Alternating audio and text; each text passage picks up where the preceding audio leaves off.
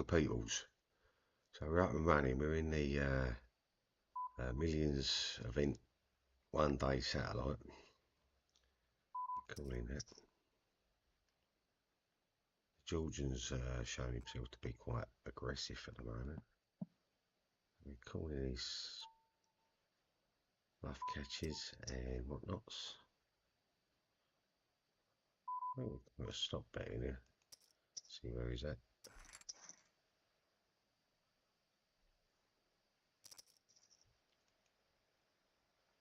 And he just put a bluff catcher on back on us, didn't he? Oh well. Back to the list.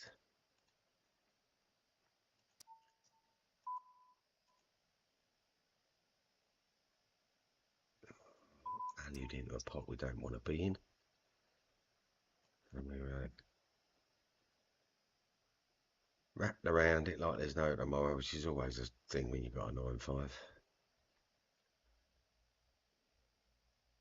Always going to be a thing. You're going to hit some sort of draw, aren't you? 5 runs through all the bottom end straights, 9s through all the top ends, or most of the top ends, or all your middle.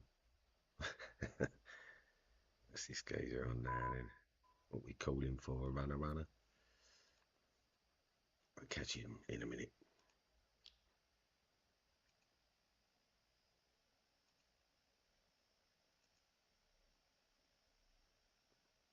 Just trying to get a stream sorted out.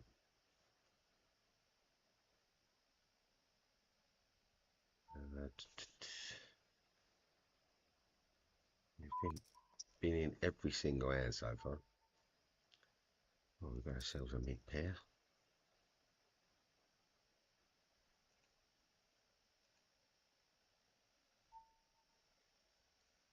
Yeah, I'm just going to single bet into. We're just going to do the same again. Dr. your uncle. Get to see his hand for one thing. It's always a good sign. But yeah, right, okay, so stream's up and running. Just got to get settled into the game now, then, haven't we? And realistically, we don't really be wanting to play too many hands. We've played every single hand to start with there. And if people go back and look at that, you'll see what the reasons why. You know, like we had premium to actually try and get a bit of value in the game.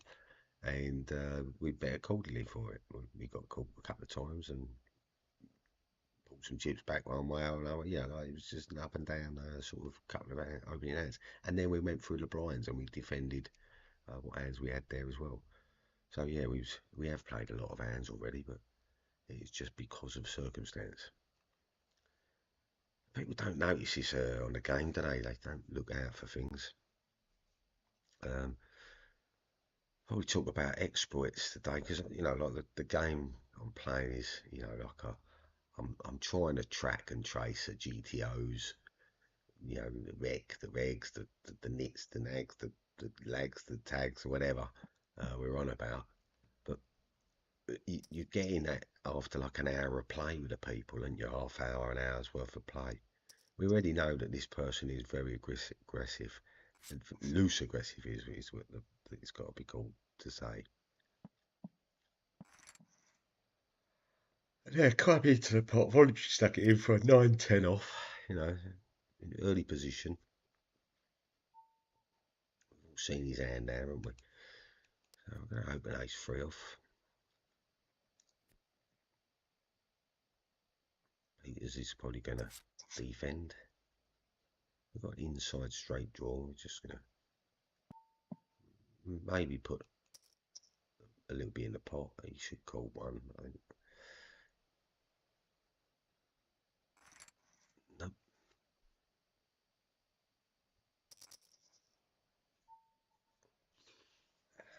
A little bit more better. Oh, a little bit better. We're going to keep that thinner to a min raise because of he's very likely to re-push on us. Might even stick him all in, to be honest with you. We go out of the tournament early. He is one of them players that winds me up. because he's probably just as aggressive as I am.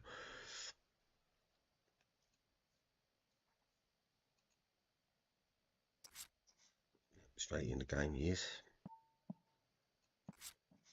See if he's made something on the board. Let's try if I can pot him up. See where he's at. Oh, maybe he hit the queen.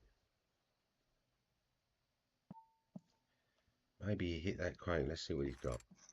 He has got the queen 10. Full house. No bet. Fish shit. Fish.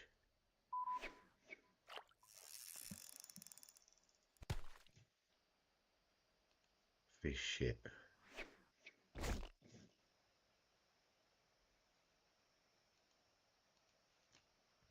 No bet.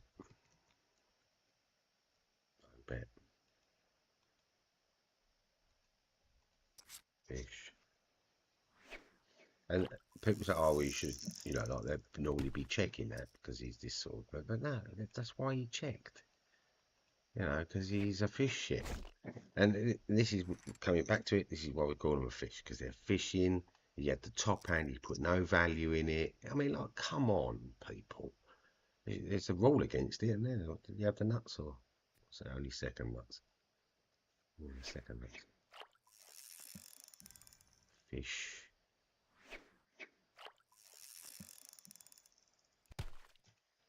Fish shit.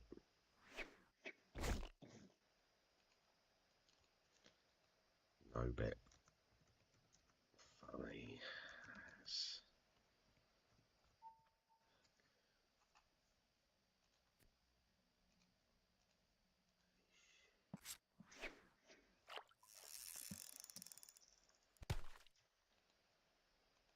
Shit. So we're going to mark him up accordingly. Full house. River. No bet. Fish. No bet fish. It's not because he's come in a hand with mediocre cards or fishing for whatever. It's because he's fishing for a bet, fishing for the other person to put money in. Not going down a route of where he should be. He's said enough shit now. And we need to turn that soundboard down a little bit.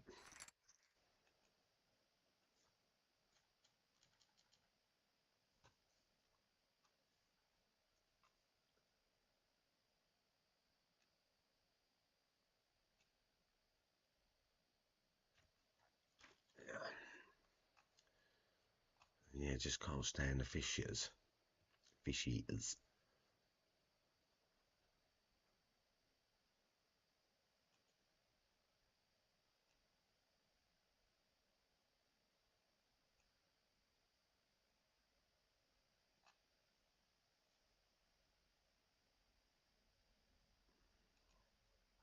Early in the tournament, I mean, so I don't really want to be making any brash moves yet, do we? We're going to pick off Malcolm, or whatever his name is, at some point. Fish.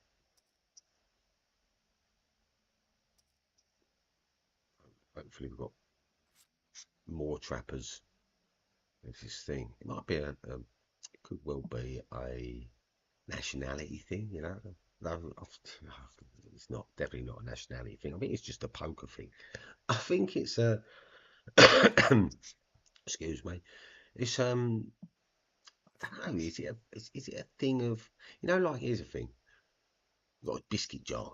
Most of I only have one jar, one cookie out of that, one biscuit out of the jar, and you go to another biscuit, and then halfway through the next hour you have to go and have another biscuit. And I says, "Do you have a biscuit?" And you say no. You lie. Where does the lie come from? Who taught you to lie? Do you lie yourself? Is this a lie creation? Is lying created within yourself as a preservation tool? So there's lies, the kid with all the chocolate around its mouth, and mum says, "Did you eat the chocolate cake?" And the kid says, "No." It's because the kid's not. It's just preserving itself by protecting itself by lying, and that's why the mechanism of the self-conscious lie comes into play. You know, I don't know, weird one. But anyway, this lying and the way people are deceitful in real life sometimes may come across on a poker table. I don't know. I think when people are crawling around on the gutter, they tend to be playing like the gutter.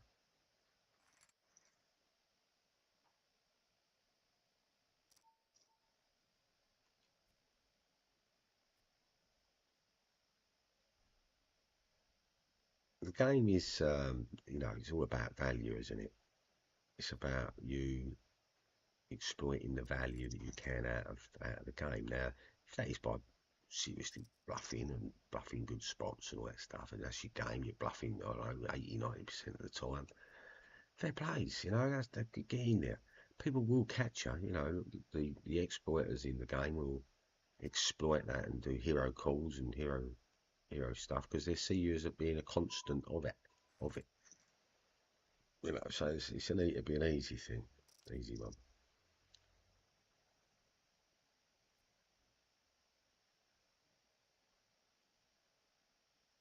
And the king four off at this level is a fold. I'm getting called 1.5 to win 4.5. It's close to 3 to 1, 2.8, I think. Yeah, we've got him on a high card at the moment, haven't we? Unless he's ace bound. That's where he'd be. He's kept it very thin, hasn't he?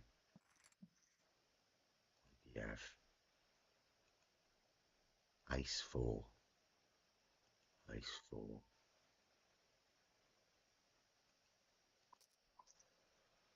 Yeah, just barreled in, didn't he? Barreled in all the way through. He's ace four, ace four in the cut-off. And he's just throwing around him, bullying around with them chips, and he really, that's what he's at. I was here, but, buttons a little bit doing a cut-off. Now in the cut-off with ace 10. I feel like if he opens it, I'll just put him all in, to be honest. What should he have here under the gun? Do you know what I mean? He's supposed to have a lot of hands here under the gun. A lot of big hands. So we can push that to test him. Has he got the big hand, or is he just opening with an ace 2 or ace 4 or ace 4, king jack or whatever? We've got a small blind in. Seems pretty tight at the moment, but he might be just a defensive player. I don't like a 7 or a 2 on that board, especially with any card callers. Maybe just going to get a stabbing bet here from Rogi as a bluffer. I think we can probably put a bet in just to see exactly where we are. Anyone coming over the top here now, I think we could easily fold down. And Tony maybe have pocket pair. He maybe have that side of it. Let's push him up again. Got him covered in chips. He's got a 2 or 7, fair plays. That's one of them gone. As I suspected, was bluffing. Yeah.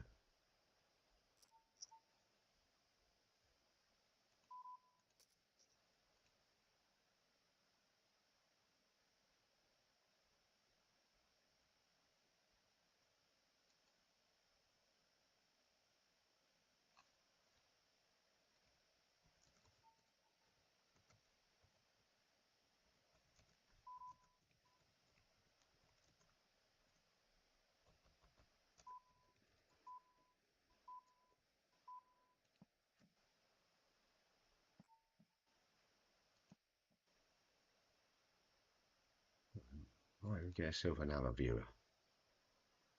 So, has he got a flush? Well, just 75% of the thing here. He's got a flush, he's got a flush. We might have got a call because of the flush draw, he doesn't put us on it, but he's got an ace or something that can't fold top pair.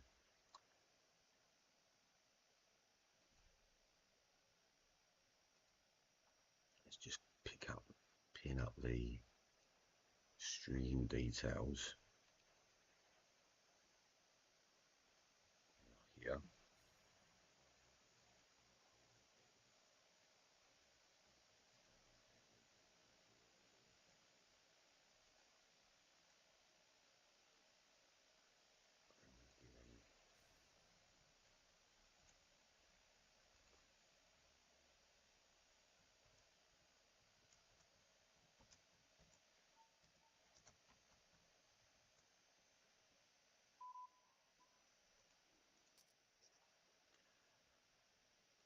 Open it up nicely, show them the ace jack so they're not taking a piss.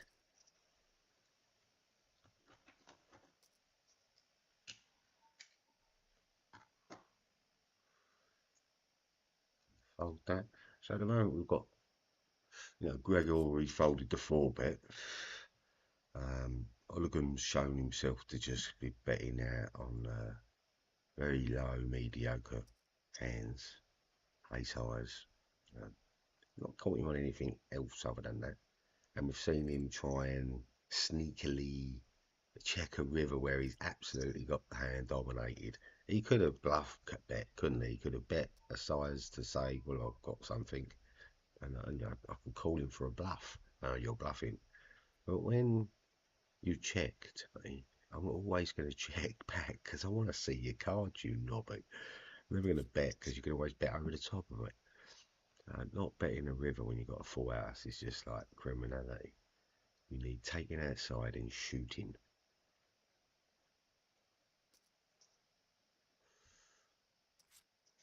Bringing nothing to the game. That's like sitting down on a cash table. It'd have to be a decent sized cash table, and it to be playing in that sort of style and manner. Because other than that, what are you doing? What are you doing? Checking a full house. Checking the two pair turn as well. Funny.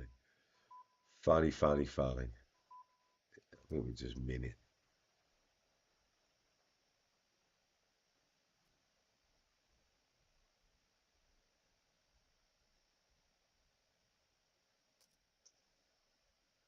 He's off again.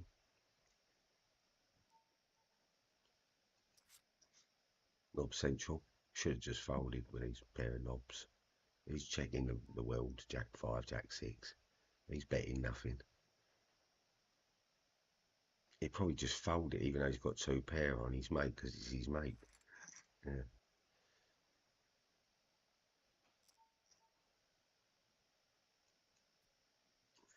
So min raise it again. Any raise this time are just coming over the top of them.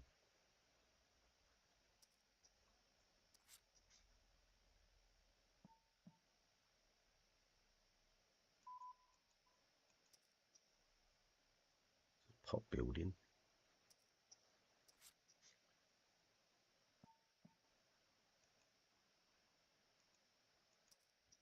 We've got a calling station in him. Nope.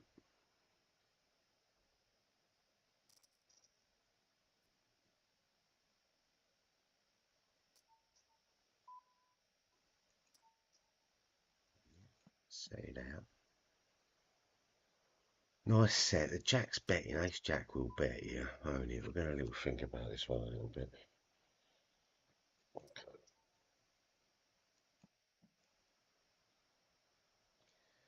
Oh, I think they feel their value betting here, aren't they? So what's this turn going to take up to? It's 26 in the pot. The straight on the board, but we've got the blocker with the queen, it feels. Or 10. I'm going to put them all in.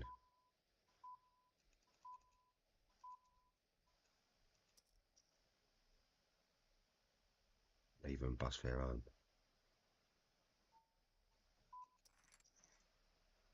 They got down there with aces. And fuck me. They got down there with aces. Well, so you bet them. I mean, like, when I called that bet on the flop, you've got to put me on 10s or jacks. I'm assuming you only put me on the Jack. We need a 4. Slip in a slipper.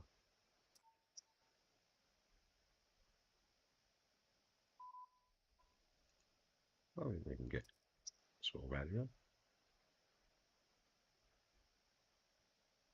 There's a bluff. I think we found it. Even if they were bluffing us back, I don't care. We would low to the ball. They were playing the ball with a 7, basically. 7-eye.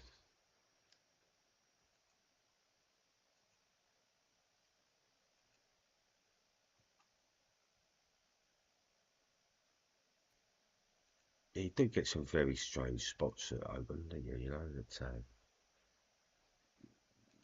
where it's probably like GTO versus exploit sort of situations. You know, they're quite good spots to talk about. Where, because one version of the play would fold certainly in certain ICM in situations, or even take a gamble in certain ICM situations. Whereby the explorative player might fold in that certain situation, and other times they would jam where the GTO player would fold. So it's always a thing, a weird thing. So we're 2 paired on the ball for the guy that's out of position. And it's another guy with actually jumped tables, so just make sure our string is, yeah, we're still on the string. He didn't like the ace. We're gonna bet it. Just a single bet. Got paid off with Queen 10, so he's just bluff catching with a Queen eye basically. We extrapolated an extra 1 big blind out of it. He's in the hand again, so let's see what he's got this time. That was Jack 10, wasn't it? Queen 10. So it might be even a bigger hand this time.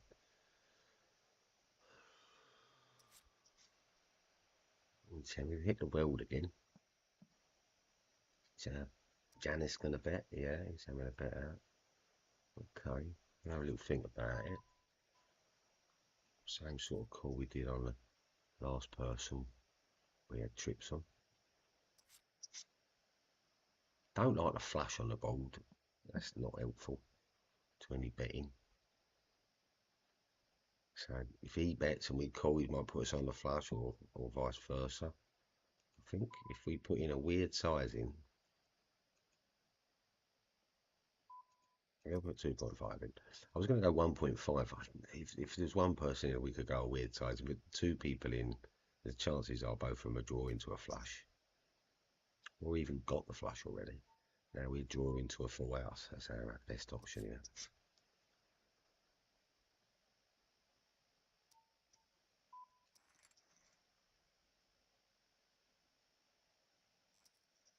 Yeah, the King Jack no bet, original no bet. Waited till he got the nuts before we put a bet in. And these are these Georgian knob-nut players. They must have a school over there for the school of knob-nuts.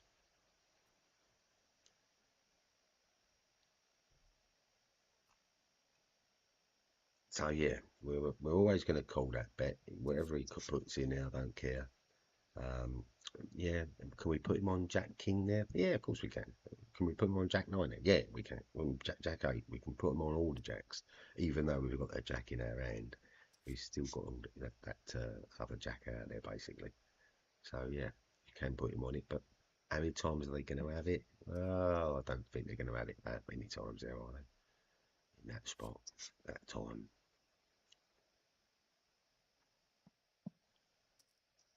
And remember, we are looking for a ticket, so we've got to get through, do another 30 minutes. 30 minutes of grind, and then we're on to phase 2, I believe, which is the, I think it's the next ticket up. So I think it'll be a $55 ticket or $109 ticket, or not sure. but it's on its way up. Come on, the million.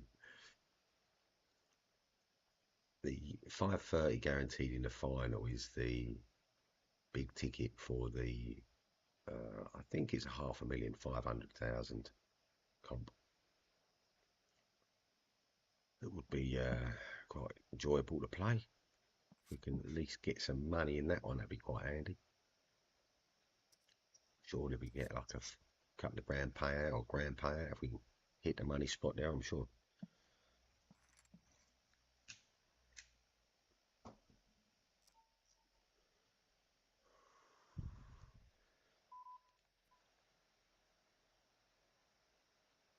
If we keep running into full house king jack balls when we've got a jack, I don't know. I don't know if our luck will hold.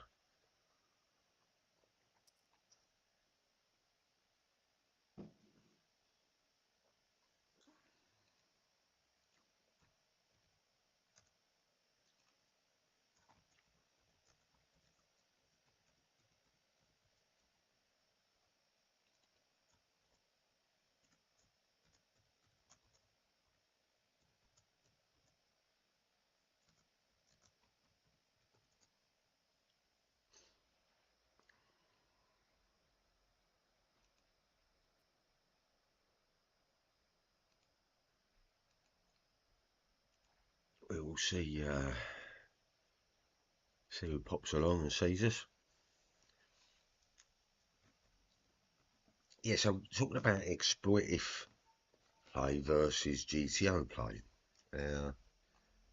Exploitive can it's basically looking at I'm gonna squeeze here. I like Graham's line at the moment under the gun. Min raise. He's probably no, he's folded out, so it could have been a small pocket there. And probably playing a GTO sort of range. We're gonna check that flop. We want a big card out really. I'm gonna stick a bet in now. Put in to the pot. We can pop that up. I think we can check back to it. Bets we can have a call, maybe. See what he bets. And the pot's 34 big blinds. Nice. It's now an half pot. I mean, what have we got in? We've got him blocked on the straight. You could have a 6-8 on the bottom. More like the ace 10, ace 7, ace 9, wouldn't they? Either all those hands, and then the king X, king 9's beating us, king 10. We're calling very light there if we're calling it on.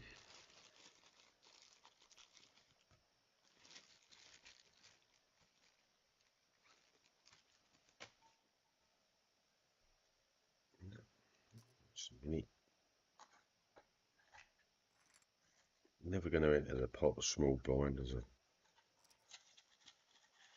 a flat call unless we've got aces and as kings. You know, Don wants to raise it.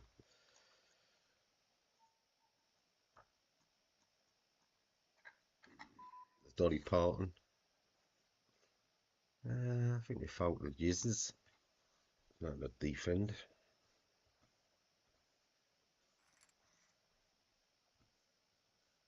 We've gone played too many bluffs already. We're just bringing our hands a little bit. We've done a lot of bluffs early in the tournament just to show it out there, really, just to get people to see shit. They want to call shit then, don't they? King Queens, King Jacks, call my ace 4, ace 5, I'm sure.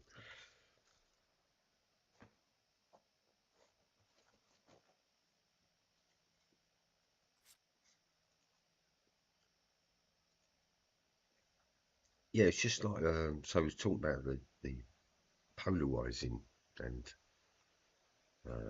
you know, different hands versus like so if we're talking raw hands,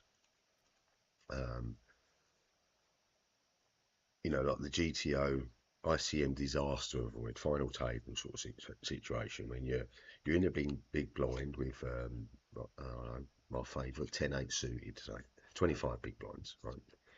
The cut off chip leader opens, the button and the small blind fold, and you call, right, with your favourite hand, and the board comes down, a queen of clubs, 7 of spades, and a 4 of spades, and you got yourself a lovely inside straight draw for a 9 there.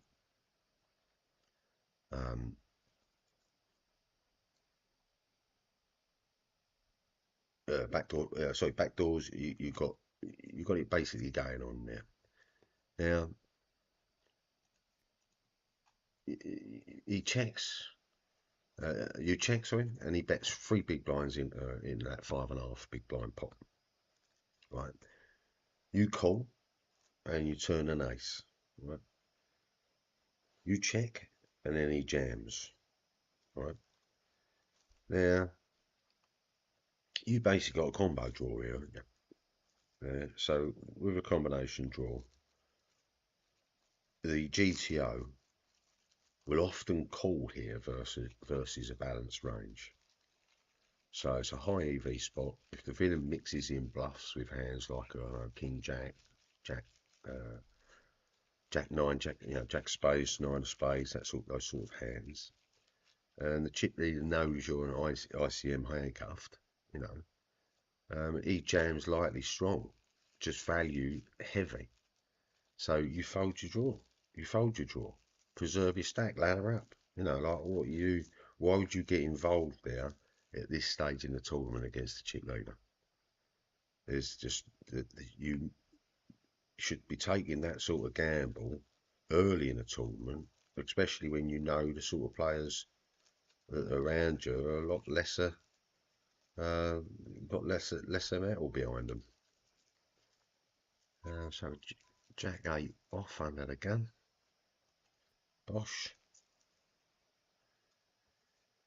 You know, so you can understand that you know, equity when ICM heat is high. You know, that's how you got to look at it. You know, bluffing into the wrong villain sometimes. You know, like let's say you're in a mid to late stage tournament. You know,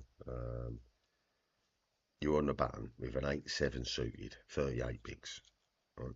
You open, big blind calls. The ball comes a king 6-2 heart, king of spades, 6 of clubs, 2 of spades, queen of hearts, 3 of clubs. Right? You triple barrel bluff, repping an ace king, king queen sort of hand, right? And a big blind snap calls the river with a king 5, right? With good blockers, right, and position, that GTO bluff is fine, isn't it? Absolutely fine. That's what the GTO person will be doing there, right? Especially if your villain's going to fold hands like King X to big pressure and stuff, right? But the export line is, you know, that villain never folds any pair, right? You never bluff that player. You literally only purely value only value bet that player. Only ever value. You put a bet in that you know he's going to call. Yeah, that's value betting. You don't put a bet in thinking he's going to bluff. If you're thinking he's going to bluff, he's not going to bluff. He's going to call. Yeah. If you know he's going to call, then you're going to bet. And you know, it's that you got to think of it. It isn't a hand; it's a donation against the sticky food. Bluffing is just burning chips. Like GTO bluffs, smart, yeah. But smart players don't bluff sticky regs. You know, that's the thing. Always know you could be folded, who could be folded, and who won't ever fold. You know, there's players that just I'm a very much similar type of player. If I have a high hand that I feel has a good showdown, I think fuck it, I'm going to spin this up with you, mate. Come on, it's a game changer for me.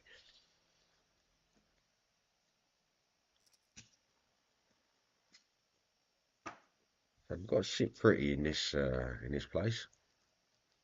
Got a good 30 minutes to burn through. Well, 20 minutes now to burn through. I'm just going to be folding out a lot of hands. So, I don't know, King Eye Hero call. All about Jack 7-4, Queen 2 board. So we've got Jack of clubs, 7 of diamonds, 4 of clubs, Queen of diamonds, 2 of spades. Right, and you've got King 10 of clubs. Right, King Eye, you've busted your flush draw, and the villain triple barrels from the cut off, and you're in the big blind, and he's jammed river for about 1.5 times the pot, 1.5 times the pot, whatever. What is it? What are you saying? Where are you going here with this? Pot up. Yeah. So the solvers to say GTO standard is fold. You know, you fold here. This is what you do. Yeah, your hand blocks some bluffs. So the king high clubs, he doesn't beat value. It doesn't beat value there, does it? Solver's mostly call with an ace high there, or a middling pair or something. You know, potting again, sixes. Um, yeah, so his values polarised. Would he overbet or jam Jack here? You know, the sizing is too desperate. You know, you block King Queen, he's got nothing. Hero calls with a King One wins. You know, because you are blocking that. You know, like, and why do people bet on the stick him all in? I think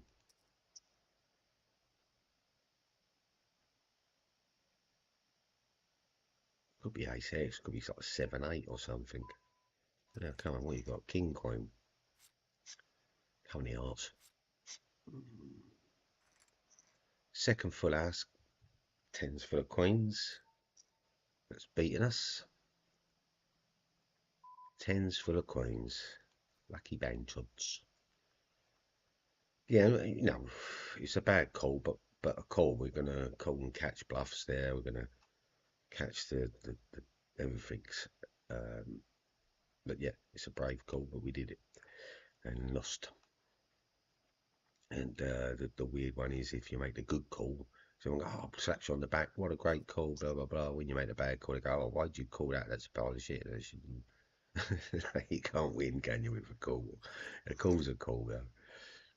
The more hands you can call, you know, without jeopardising your stack or jeopardising your position too much, you know, then yeah, make it. Other than that, then you've got to jump ship, I suppose.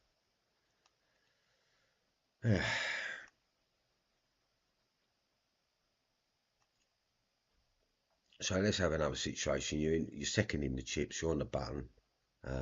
Final table. Yeah, you're on the button with a 10-9 suited. Right. Small blind flats. Big blind is short. Right. And the boards come out a Jack 7-4-6 Queen board. Right. With a Jack of spades, 7 of clubs, 4 spades, 6 of diamonds, Queen of diamonds. So again, there you've had a miss. You know. You triple barrel bluff, missed everything. Yeah.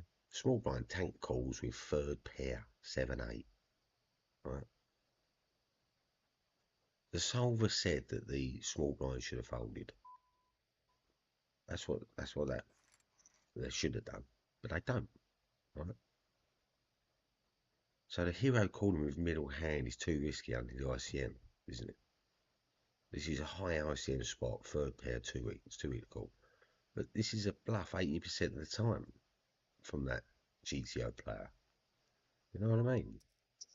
80% of the time they're going to bluff that spot. So no value hand bets like this, you know.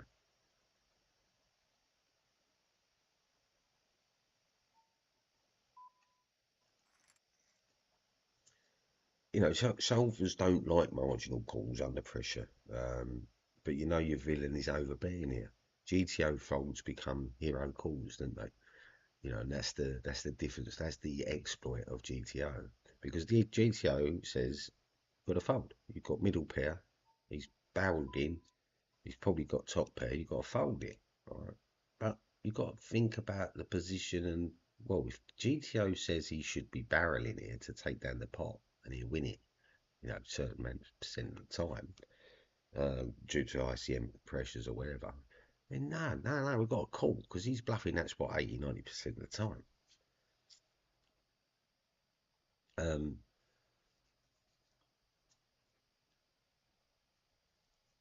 so what about the your ace high, the no guts fold? So you're in a big blind with ace four clubs, balls 9-7 2, 9-7 spades, two of spades. Um, you know, and then Queen of Spades comes out and the three of diamonds hits, right? And you check call two streets, right? The villain jams the pot, right? Now the solver says call with an ace high, yeah, because you block bluff hands like the ace five. It's a great bluff catcher combo sort of situation, right? But this guy doesn't triple barrel for nothing, you know. This guy, he just doesn't. The hero folds it, even though the solver says call, right? You go, what? But the solver said call. Could he have could he have the king?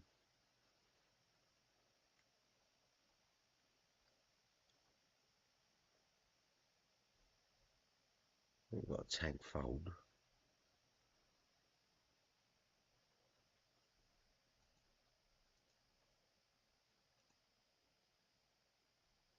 Yeah, so unless you should be bluff catching, really saying, unless you know your villain only barrels value. You know, it's just a simple thing it's the simplest thing to do there is fold. You know, and you go, well, no, the GTO says the solvers say call, and you go, yeah, but it's wrong. That's why it's exploitative. You know, like it's like the wild over bet bluff catch, right? So you're cut off with a pair of nines. The flop comes out king 5-2, and you got a 4-turn jack river, right?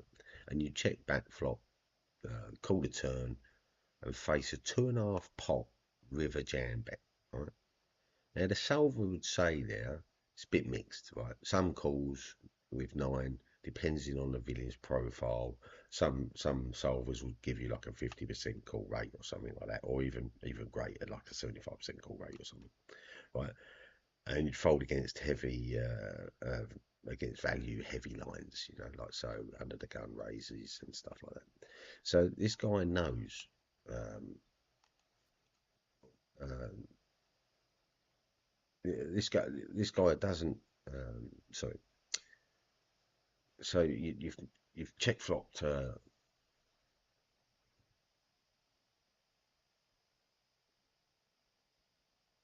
You fold against like so heavy lines. Right.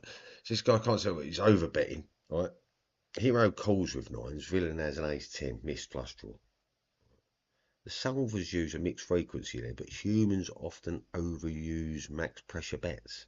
So exploit that fear with well-timed bluff catches. You know, um, it's that max pressure bet. It's the max pressure bet, and it's when players are overdoing it, you don't feel as pressured that, or you shouldn't, because they're doing it as a bluff greater than 20-30% of the time, 40% of the time, 50%, 80% of the time. Do you know what I mean? Um, it's always good to try and get some knowledge about how to catch a bluff or where to even go, with some of the hands. So, like early game domination. So you're in the cut off with an ace jack, right? 100 big blinds, right? Under the gun opens two big blinds, tight range, very tight image person. and you flat call out with your ace jack, right? And the flop comes out ace 7 2, and he bets 3 big blinds, and you call it. The turn turns a 10, and he bets another 6 bigs in, and you call that 2, right? And the river's a 3, and he jams 40 big blinds into a 25 big blind pot.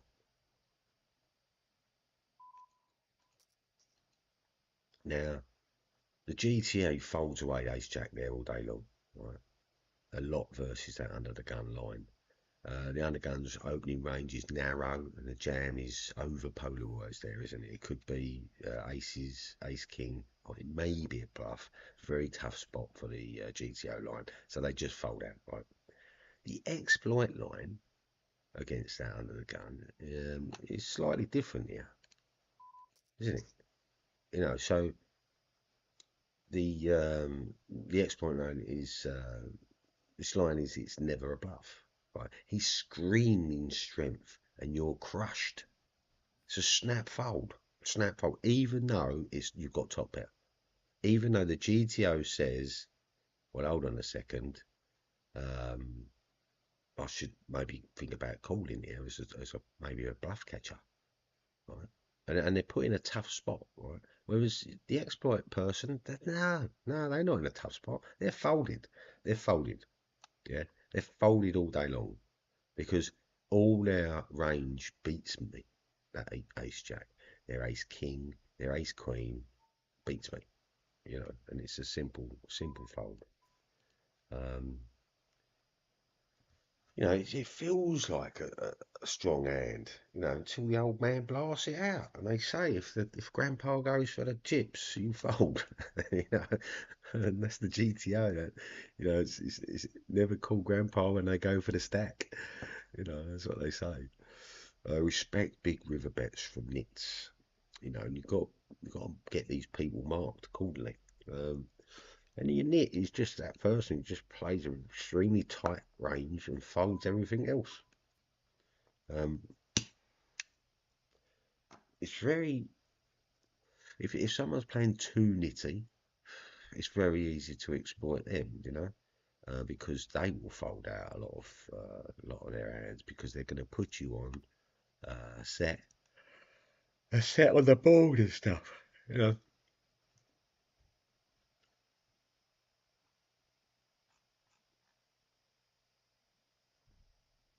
Um, you know, what about the flat call versus a free bet decision mid-stage tournament? You know, you're sitting on about 45 big blinds. Um, oh shit, where are we? Yes, so you know, sitting on about 45 big blinds. You're in the hijack with a pair of jacks. Right? Jack spades, jack of hearts, 60 bigs. Um, average stat in the tournament is about 45 bigs. Sorry, there's 120 people left. Yeah, so you raise your hijack with your jacks with 2.2 bigs. The cut off 50 big blinds. A very known reg. 3 bets to 6.5 big blinds, and it folds round to you. Where are you? Now, the GTO line is a flat call there, often just to control the pot size. They keep bluffs in and avoid flipping like with versus an ace king, say. GTO balances that with traps and calls across a range, you know, across their range there. And they're probably going to flat quite a remarkable amount of their range. The export night, you know that cut off is only free betting premiums. He's never free betting light, right? He's that person here is only coming out strong with ace king, ace queen suited, aces, kings, or queens, right?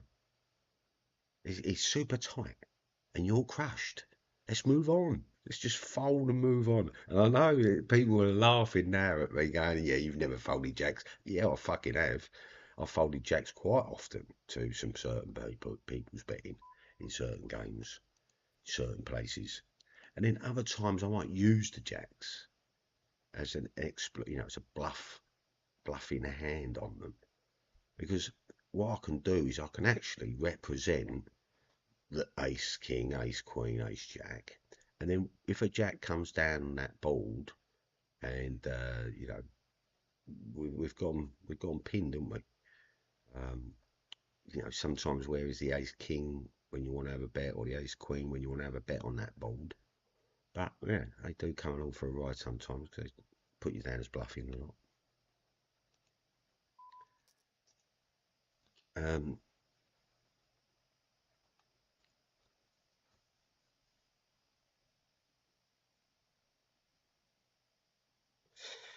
oh, oh. Yeah, you just got to know your villain. Really, is where you're at. I don't know this guy over here at the moment. He's got ace jack up his sleeve, ace 4, 5. I'm going to call him, see where he's at.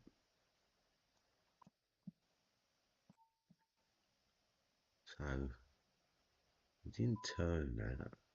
I think we can just check back for value. I think it's ace 4, ace 5. Yeah, ace 5. I don't want to make moves on these people just yet. We just want to show them that we're not going to be bet off of a ace 5.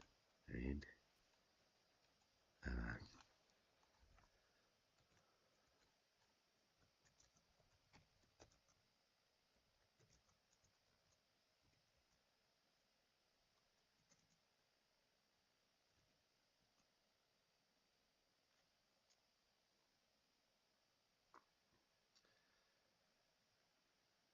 so we're in this pot here with a Canadian in the small.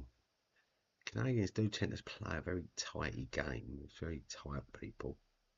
I think if we just put a bet in, he might just fold. Didn't see the button in. Losing my eyesight already. It's been a long day. Let me check now. I think they might be flush drawn.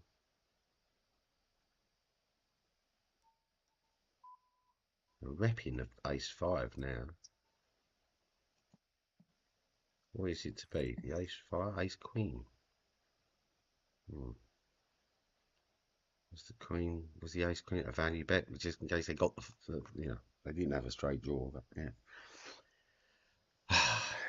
it does annoy me. I do call it just to see their hands half the time.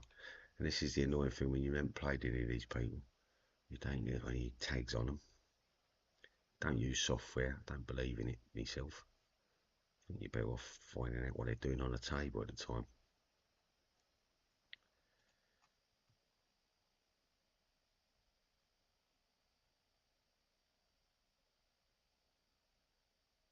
So what about the weird river bluff catcher, the bubble time? So let's say you've got a pocket queens, you're 40 big blinds deep. Um, the villain has got 30 big blinds, right? The boards come out a king, 9, 6, 4, and an ace on the river, right? You've bet the flop and turn, and he check called both. And when the ace comes down and completes no draw, he leads out a full pot on the river. Now, the GTO line would be the fold here often. Top pairs beat you, value hands are ahead, yeah. So you'd be folded, right? And the river ace, his range favours his range a lot more than yours, right? And it's a very tough bluff catching spot for pocket queens if you're being a strict GTO line player, right? Now the exploit is you've seen him bluff rivers out of position so many times, right? He never donks the pot with nutted hands, sizing too big, smells fishy. You're cool, simple, yeah. And that's the bluff catcher spot the GTO fears, you know. I've never seen this guy 9/8 into a river nuke, but you can't solve read someone who's just trying to survive the bubble, you know. Use bet sizes and player history to sniff out, you know, the panic bluff.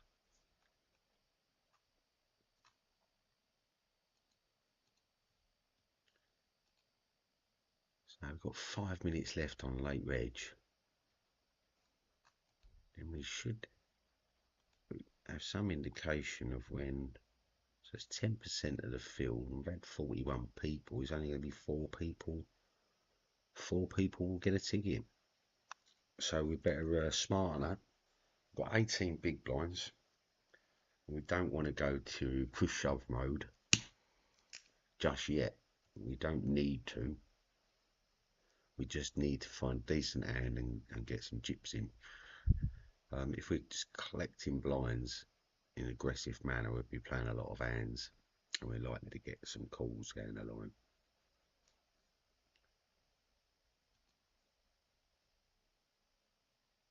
We'll actually, we've got another two tournaments we're going to be starting. Two tournaments we're ticketed into. So next one, it's an all-in or fold, $100 guarantee, just a quick fire one, and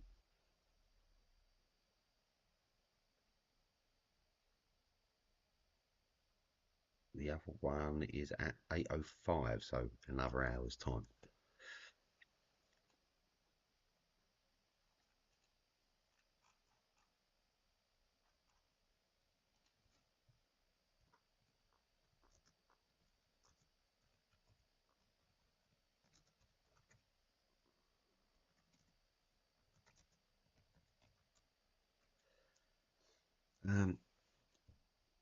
So let's have a little look at too honest to bluff spot. The button opens, your big blind, you defend with a Jack 10 suited, Jack of spades, 10 of spades, and the board's run out a Queen 8-5. You've got a Queen of diamonds, 8 of clubs, and a 5 of spades. Right. Turn brings you a 2 of hearts, and the river is a 4 of clubs. Now you've checked all streets, and the villain goes like a third or half of the pot. Right. He does. Sorry, the villains. You call checked all streets, and he's betting a third of the pot, half of the pot, and he jams the river for 1.5, 1.3 times the pot. Right. Now the GTO says you're going to be a mixed call fold there. With a jack high, depending on the blockers. So Jack 10 blocks a 10-9 bluffs, but not strong enough to for pure call. Even if he's using a balanced range, this is a close spot, right, for the GTO. And the exploit is fold. Right? Population under bluffs, river jams in a micro multi-table tournament. It's most players only shove when they have it. You know what I mean? The hero folds, loses to a miss ace-9 bluff. Right? But 90% of the time they have it. They have that there at that spot. So Queen 7, we're going to fold out at the moment. We're going to wait for that blind situation. We're going to be looking for a spot now from our blind point of view.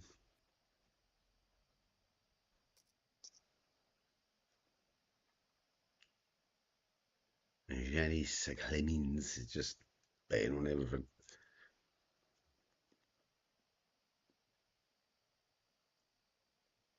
And that's the trouble with that. We need some decent premium to have a standing chance. We want to be I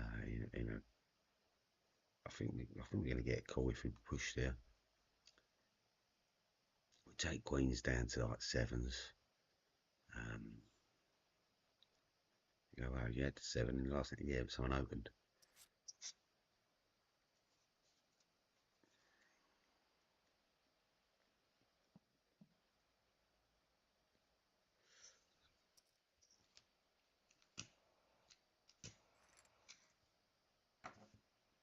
Stay below the man down. Let's get a bit of light on her. I think we're shoving with that. I'm sure she's going to open, because she always does. King 9 on the button. 13 bigs. Might get to fold. Doubtful, but he might.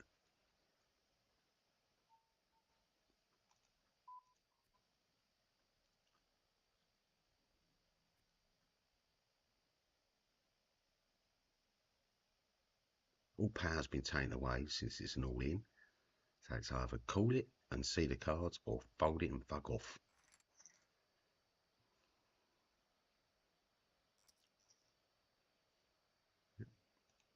as expected. Again, we'll just wait again for a hand. Two set, get light on the subject.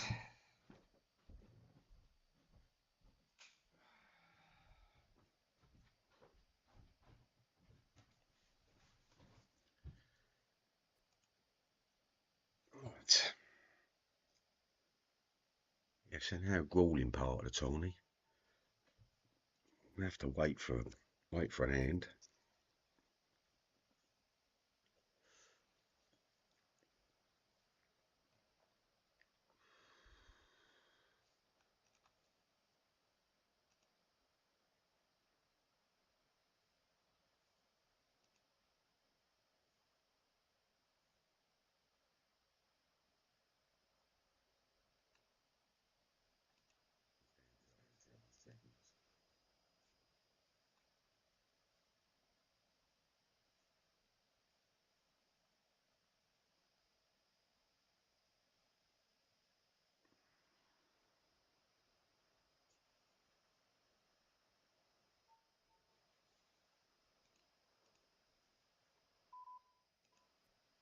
Easy fold.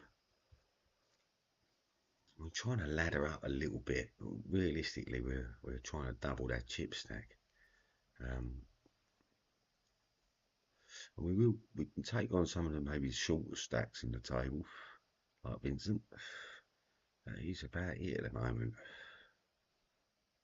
I don't know if Aaron or Sean or Graham want to get it in. It's for 17 bigs, leaving them 5.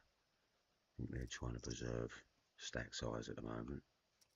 I'm a worry at the moment because I'm an all-in for people. I'm going to go straight defend it and hope Sean Green is an ICM type of player. Yep. That's why I only risk 1 big blind.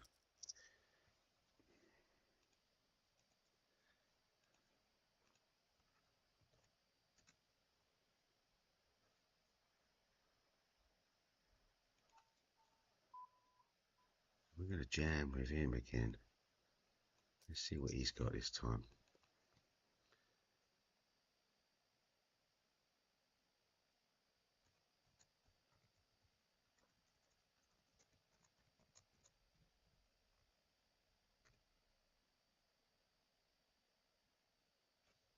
No, that's us gone. Easy come, easy go.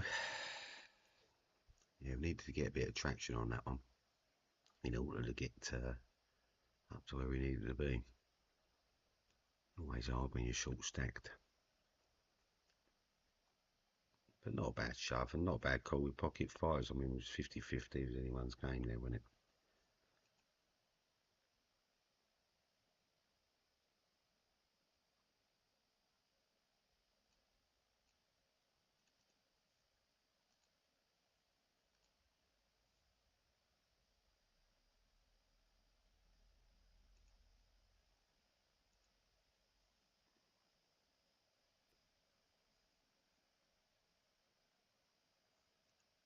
So let's just get our stream back up. We're in a bounty here. Straight into a bounty. Get some bankroll back up. Bankroll. We've had a couple of wins today. I think 2 major. We won more tickets than we won cash, which is a bit annoying. Which affects the balance a little bit.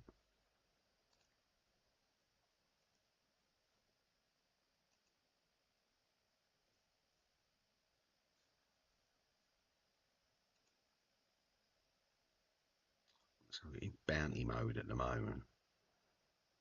I mean, there's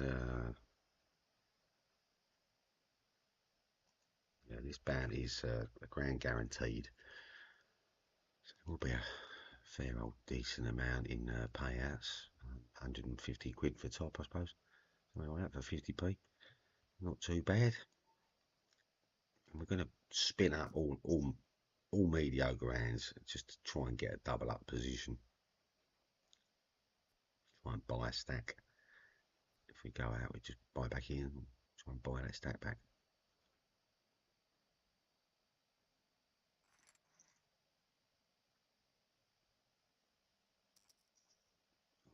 Nines, don't like nines, middle of the pack. Gonna get called by a lot of A6s. We're not out if we do get called. Just haven't got a lot of chips if they do. Here we go, spinning that again.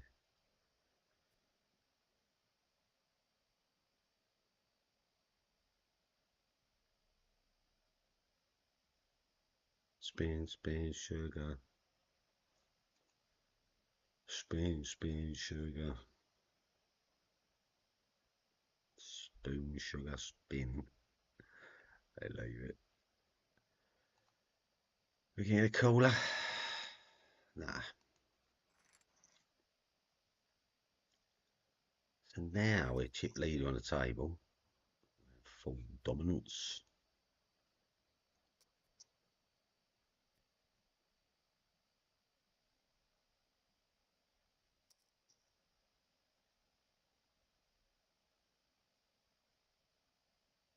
We get 4 callers here, isn't it? Small blinds now valued in for only 1.5 blinds. They can win 6.5, so that's 3 times the money and some. And big blind, it's just got to put 1 in.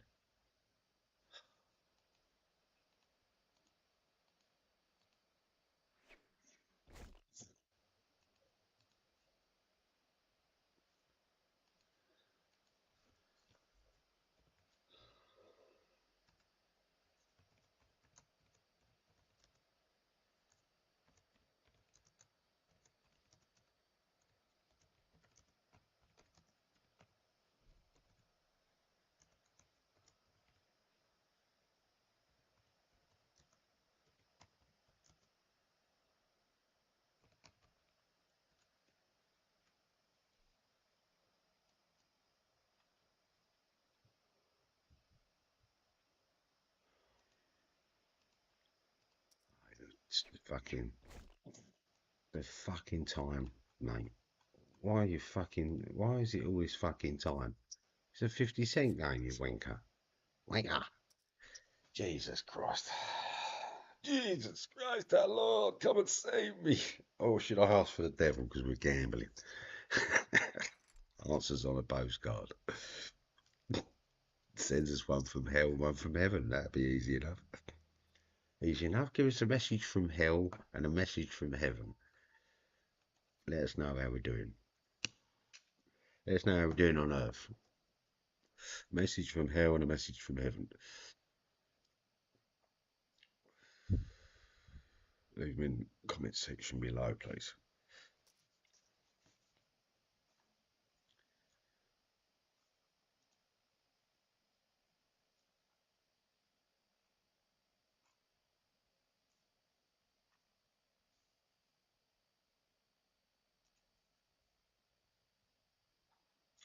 Very slow play at the moment today. I'll have to get a multi-table going on.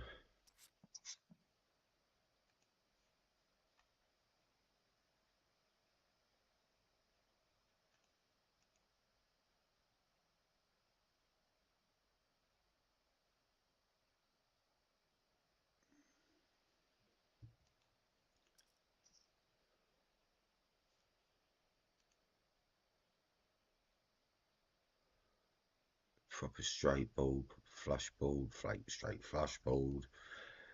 We've got ourselves a full house. I mean, you name it, it's on that board. If I ain't got one of them hands, if I ain't got a full house or a flush, I don't think I'm calling. Definitely not doing that unless I've got a full house. Or unless I know him as a bluffer. Bluffing a pair. On a big board like that.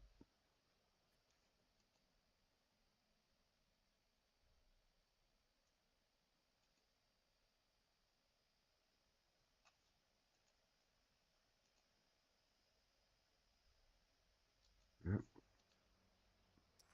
He's on a tilt. Tilted Tommy. Tilted Tommy gonna luck out? No, no Jack.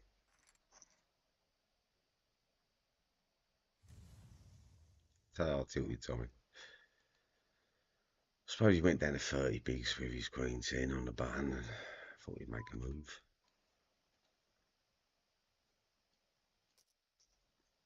A min raised Jack 8 suited. Very gambly hand. Only playing particular type of hands here, aren't we? Flush. We're playing a straight 2 pair.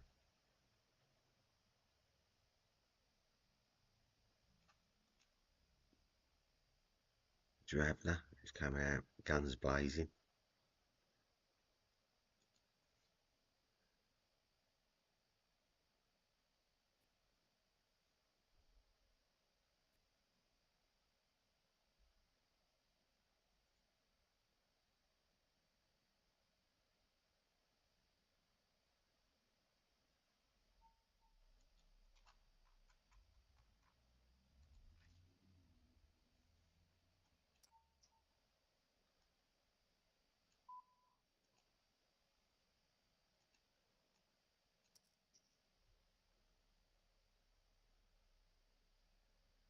He's supposed to, because he come over the top of me, have an ace king in his hand.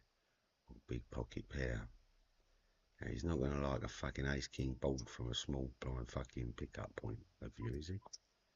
Unless he's got ace king. That's why he come over the top. We're not barreling or doing anything on that river unless a jack appears.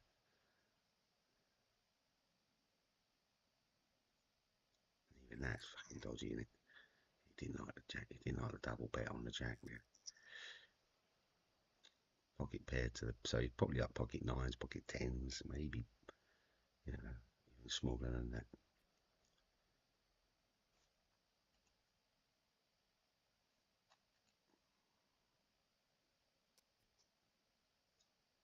He's come out again with another raise, but this time he's thinned it down. He didn't like a, well, yeah, he just doubled it last time, but it's not less than double. He's just pressed the raise button. Jody's coming with a proper raise. It's overzealous on the pot size. I mean, I've got to say that's going to be pocket sixes or sevens or fives or something. I want to call just to see if we set up, but that's too big.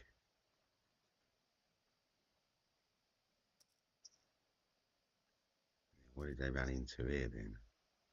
Soon going to find out. Dun, dun, dun, dun, dun, dun, dun, dun, dun. We was winning. We was winning. Proper, we was winning. We lost on the river. So we got rivered by Drabner with his queen nine. What's queen nine doing there? Oh shit. Yeah. Queen nine. Worst hand one.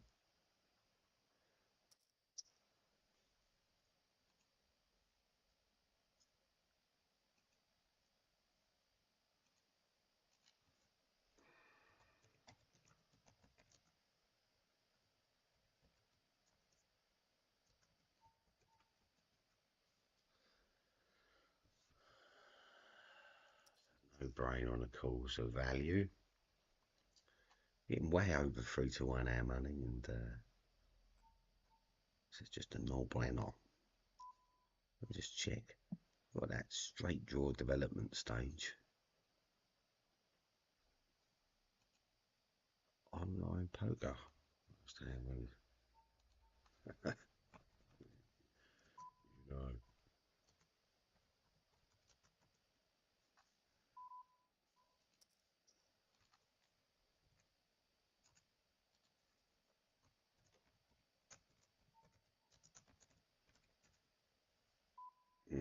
I've got to check the straight.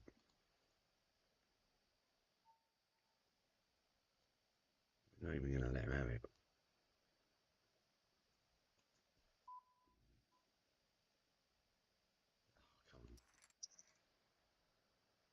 Eights. Fair plays. He had the 7 and all though, but yeah, wowie.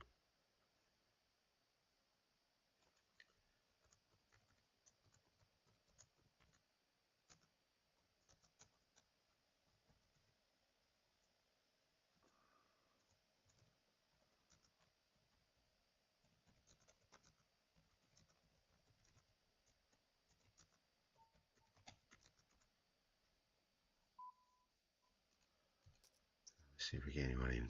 We fish for anyone today. Ace King suited. Drabner's likely to come over the top of us. If he does, we can push him all in. Push a value bet in there.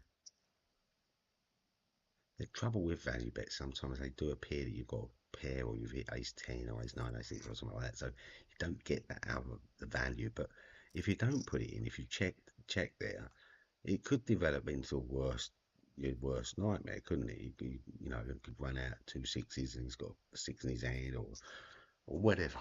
You know, and you just let them create a hand where, well, no, you could have just taken it out, taken it down, bang.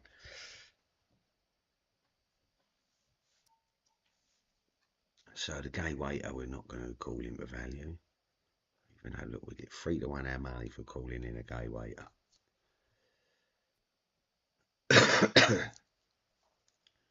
Queen trade, that's why.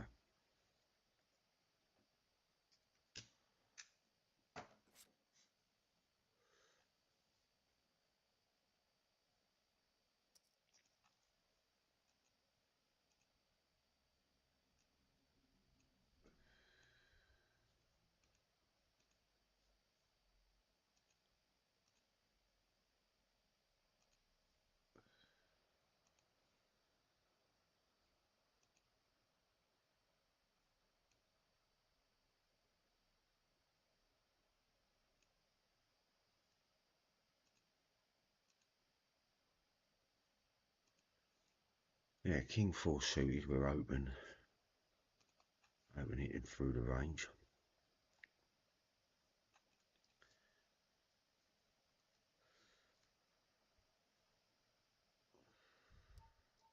There's a good showdown value to it. We could defend an all-in with it.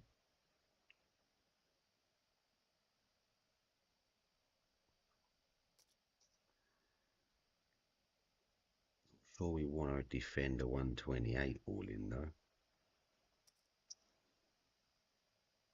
Oh wow, there's value in there like there's no tomorrow now.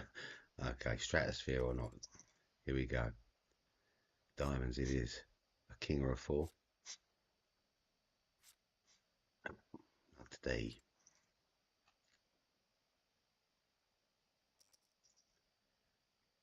Now we're right down and out in Beverly Hills. We could do with them chipping us to the other fella winning and taking all the chips so we could buy back in with a respectable starting stand, about 50 bigs. Okay, let's double up. I think we need to double up in the region of about 8 to 9 times, maybe more. We've got some protection, which is good. Ace X maybe. Didn't raise it that much though, did he? So it could be aces or something. Ace Queen, let's replace. No, ace out the gate. I think we're coming back from that. Nope.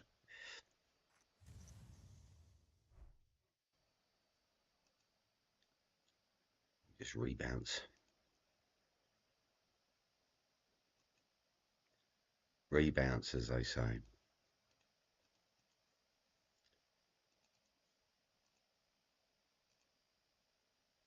It's not that one. It's that one. Yeah, I'm 50% tournaments always going to take a spin up like that. And yeah, we knew where he was. We needed 2 pair or a flush. Simple as that, or trips of the kind, or 4 cards of the straight. We needed a miracle in some way. And not our time for miracles. Only players against us are allowed to miracles.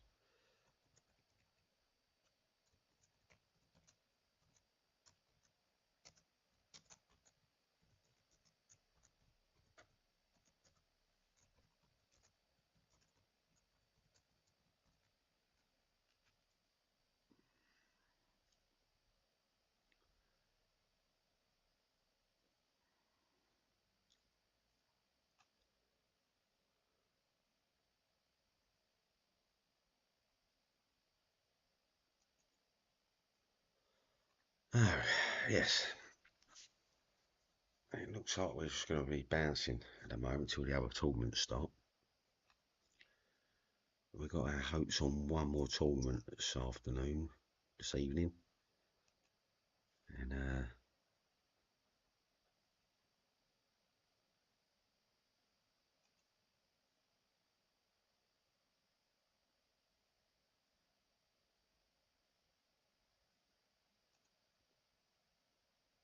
yeah, our tickets are running out a little bit.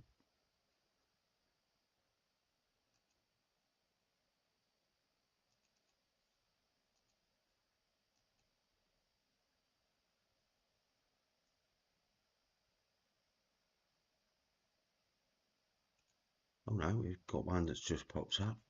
We are in a tournament. So it's one from earlier today.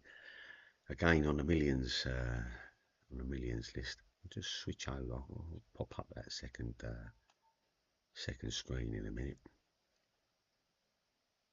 I think we've seen this guy's range. We're just gonna stack in with him. Oh, we've seen his range. We've seen everything in his range, haven't we?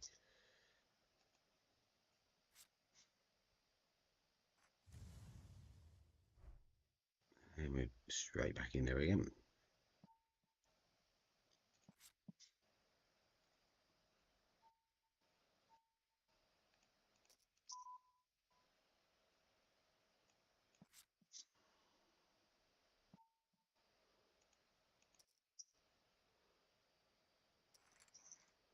Wow. We're certainly in some cooler hands today, I tell you. Oh my, is all I'm going to say. Oh my.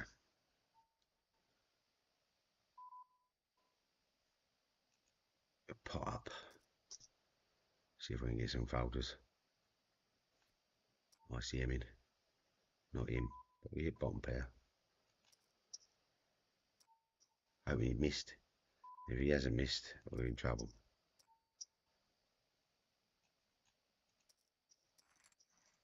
He's calling us down for queen. Of course he was. Because he didn't have a bet. Alright, back to the drawing board. That one. Yeah, that was a 20 center where we ran up from earlier. Ah, we're not even all in here with queen six. Not tilted that much yet.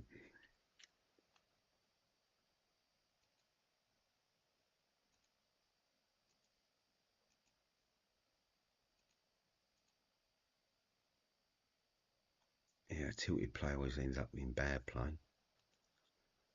However way you look at it. Occasionally, I once have tilted and won. Very rarely is it ever going to happen.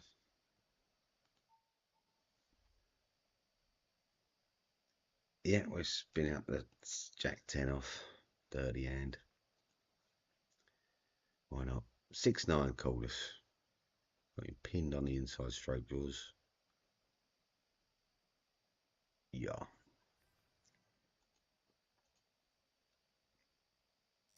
So he's just looking for bounties.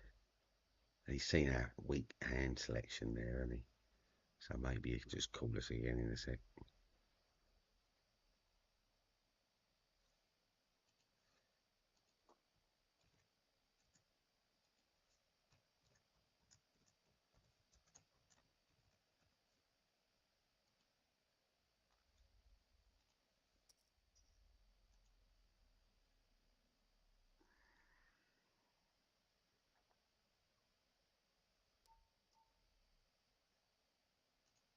Yeah, let's see what he's got. It seems like he's got something big. He's 3-bet, so ace king, ace queen, ace jack, pocket ace kings, queens, tens, nines, jacks, whatever. Or fold. Or mediocre king queen suited. We're in a race. Slope their clubs. Got a call from Dirty Debs. She knows the value of a low value tournament. Twos, queens, 7-5.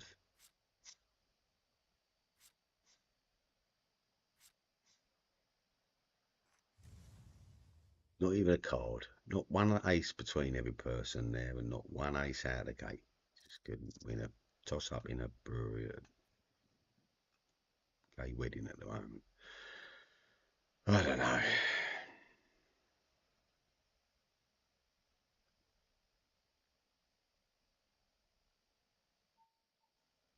Yeah, it's just going to keep spinning until we win one. Everyone's in gambling mode. Good, good playable cards. That's good showdown value. It will happen or won't happen, won't it? Don't like the clubs.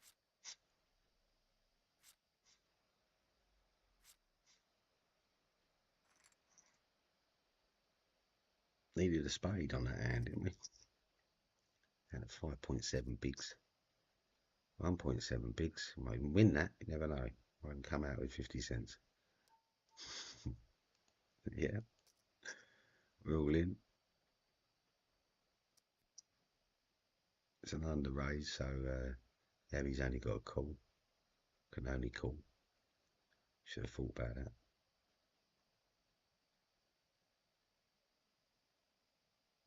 Can't see us winning a 5-way pot here.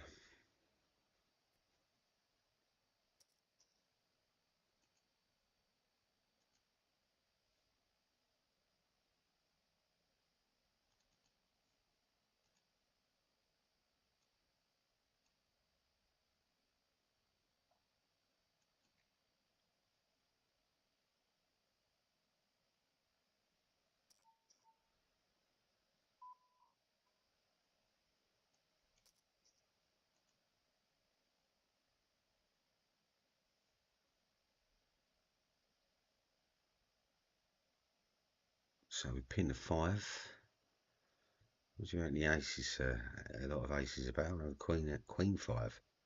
A 5-9. Oh, we're never going to die. We're dead. Dead to the world there.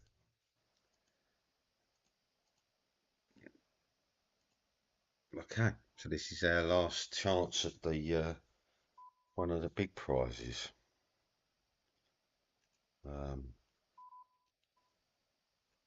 We've got to just run it. And sorry, not our last chance. We've got a ticket in half hour's time, and that's our last chances for the tonight on the million front. This one that we're in at the moment is a final place ticket for 5k. So it's not a ticket for 5k. And we just run up the lobby there, so I know what I'm talking about. Yeah, but so payout's going to be up to sort of 500 quid mark plus all the bounty line. Bounties are running around about 3.5 grand, so let's say there's half of that to come out, 1,700 quid in bounties. Down Pains that pushed up our blinds and got raise, re-raise. Could be pocket pairs. We're going to let him have it. We're not going to find that fight. Another gun raised. It's got to have an ace in his hand here, hasn't he? Bet's coming in, repping the ace, but the ace is here. You've got the ace. I think you've got aces. I think you've got jacks or queens or something. Kings. Oh, we're not going to see. I had a fucking ace. Good.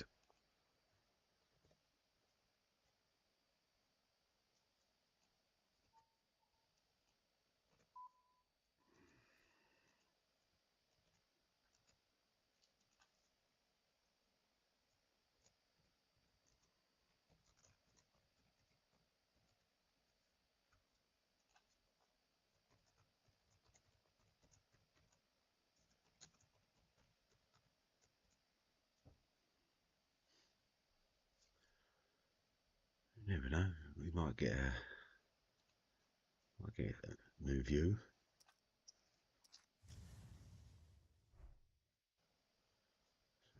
King 10 took out the ace 8 there, overvalued it around.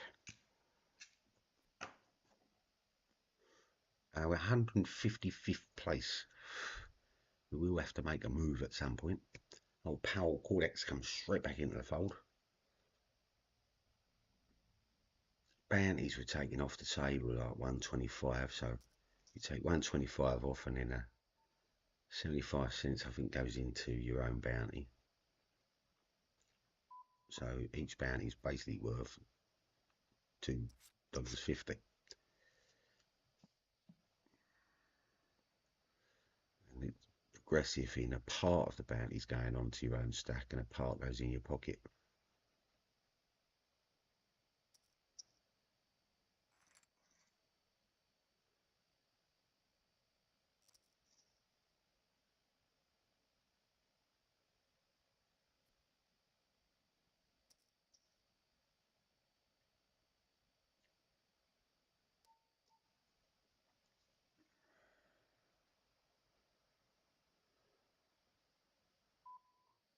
We've got a great bluff catching hand and hand maker with an 8-sig gap connector. It does have a positive EV to it, but only if it's played in a certain manner, and flat calling it is not really the manner in which it should be played. It should be opened or re-pushed 3-bet, because you want to represent other hands as well as, you know, to bluff with, and you want to disguise the 8-6 a little bit.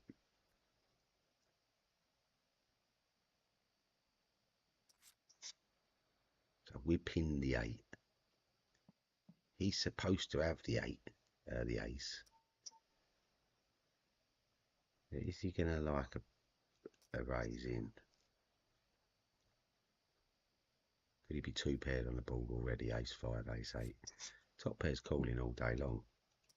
Pop bet now, he might not like. If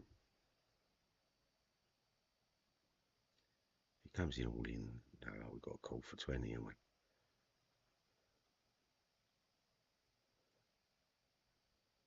I think that's a tank fold. Tank fold it is. It's the Brazilians. They are very aggressive players. Doesn't seem to be caged, you know, controlled aggression. It does tend to be the weak aggression. Old Queenie boy coming in 4 bigs under the gun. He's indicating big, but he's also indicating small pocket because he don't want to play anyone too much. But he got a corner flat call off the button. Button's got position on him. Big blinds come in for value, and he's checked out. So the ace king. I mean, ace of diamonds is definitely betting there, isn't it? 100%. Ace of diamonds definitely calling. The draws, the diamond draws there from the button and the cut off, maybe.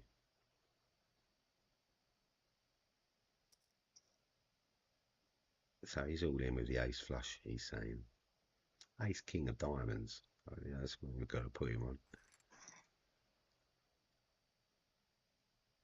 It could well be he's just polarised a great bet with a pocket pair of 4s.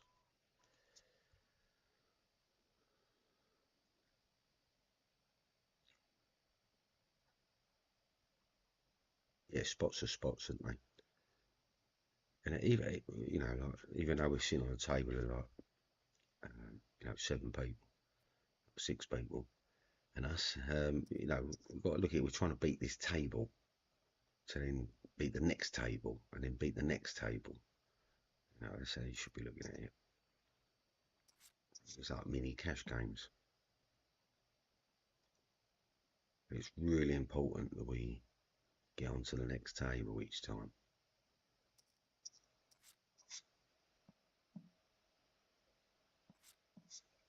Still nice deep 110, big 132.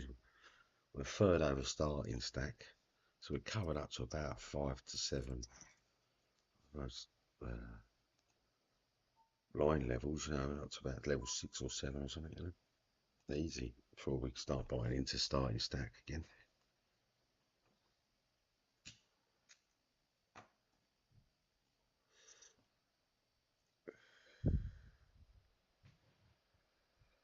Oi, oi, oi. Why is Paul taking so long? Send him a reminder, it's Eco. Come on, fella. Sure go, mate.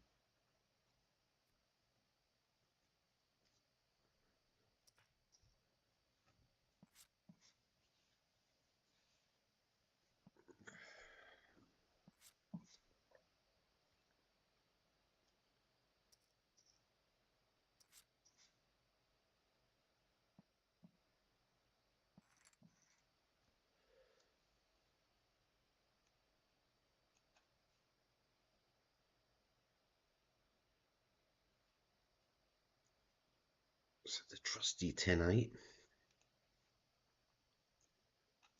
is nice.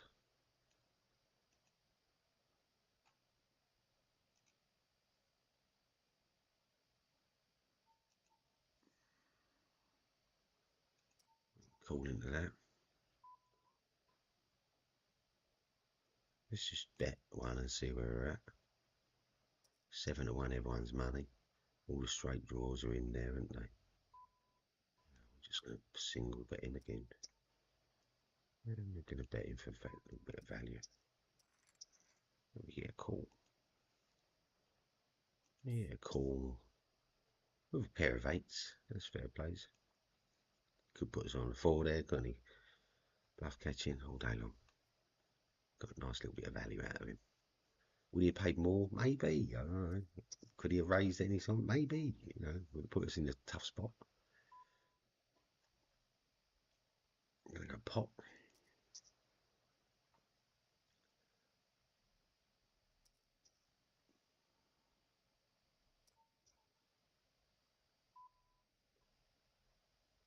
I'm going to keep the value. It's a 33% of the pot. Like an ace-x bet.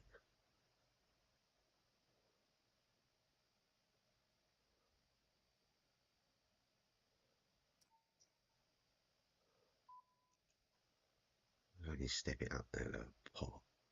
Which puts that in like 25%, 25, 50k in there if one of them calls. Nope.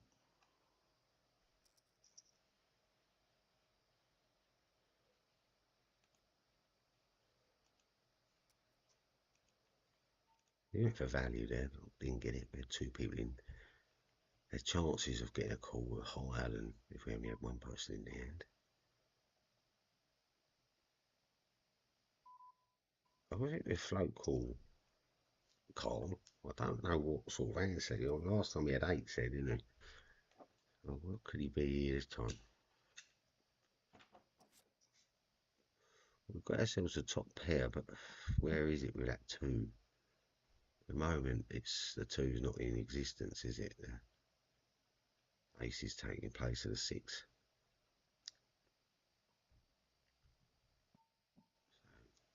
Card out. There's just continuation, bet the flop. See where the ace is.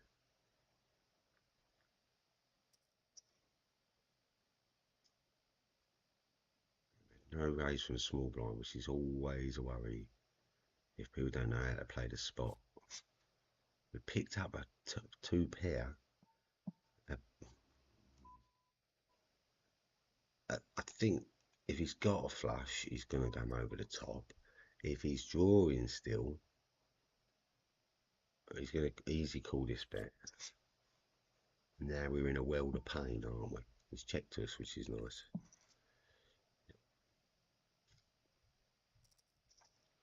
Because we can't put a bet in there. He's calling station. I think he's going to call to the river.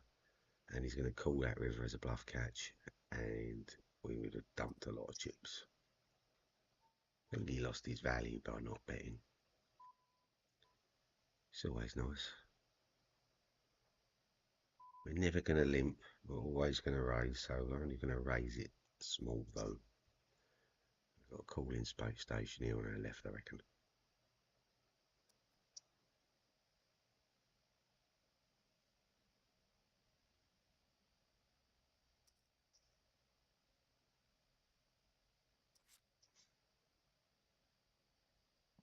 We're out of here. We have no continuation on the ball. We can't wrap anything. You know, well, what about straight? You know, so we're not getting runner. We're not calling for runner. And all the outs that we think we've got, there's probably 2 that we haven't, and spades. So we just couldn't call for it. Be it that's one of our outs.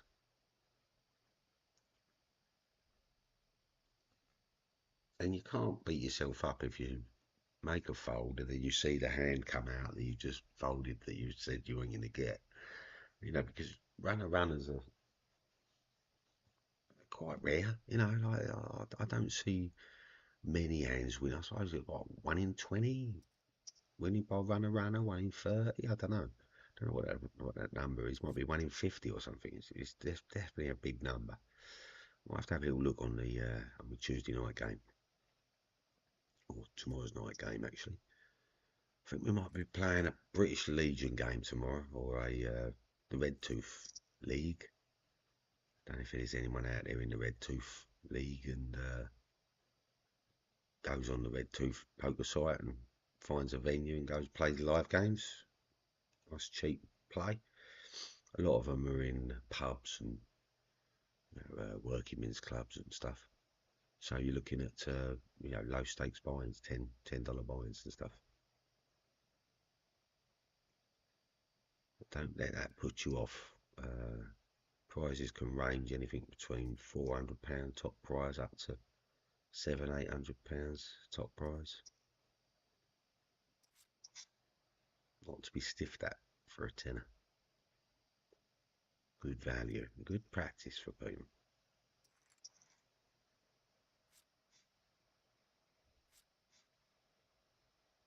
That's King held. 8's overvalued.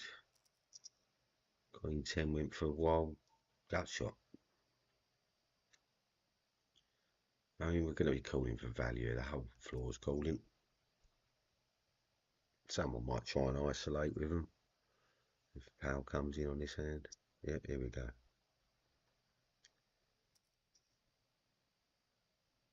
When are you going to try and isolate with two big chip holders in? Should all be checking this board.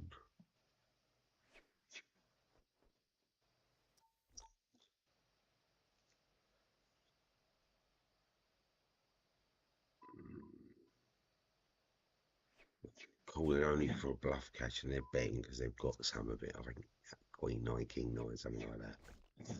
Yay. Yay. Here we go. Let's see some in action now, haven't we? Action Jackson. He's got 2 lots of bounties, 3 lots of bounties on the line. 8's ran away with it. 8's ran away with a spoon. Queen 8 and Queen 9. Wow. Okay. Off and running again. It's terrible hand to open ace 3. Don't let it, or you are in a bounty. So that's a big ace. Pocket pair. I'm going to take them on for 37 bigs. I think that's a bit ridiculous. Third of me stack. Try to have a rolling of about 10%, 20% a stack, depending if it's a rebuy or not.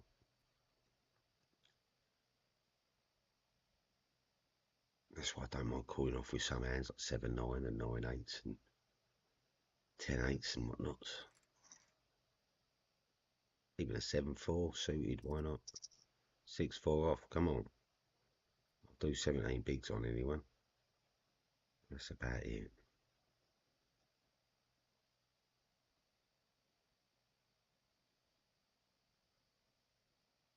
Oh, being held up from Darryl again. Oh, Darryl, what the fuck, man?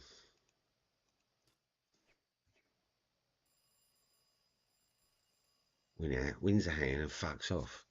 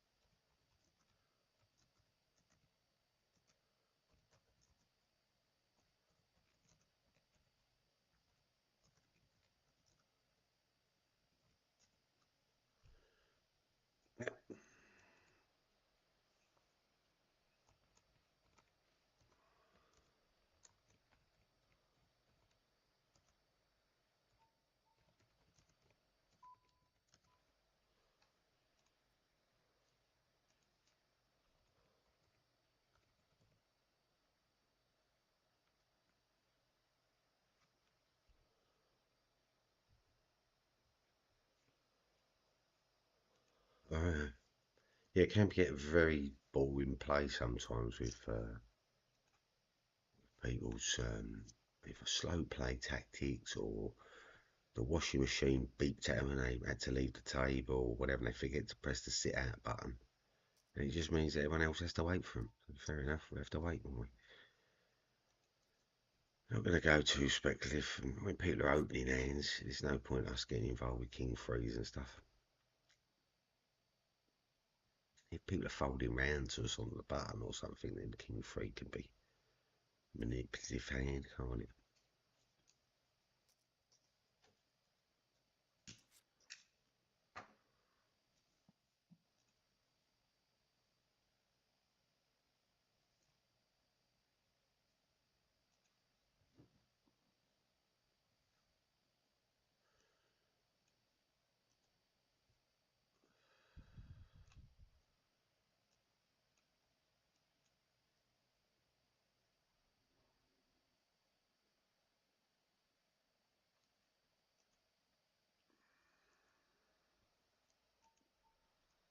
Straight fold to eights.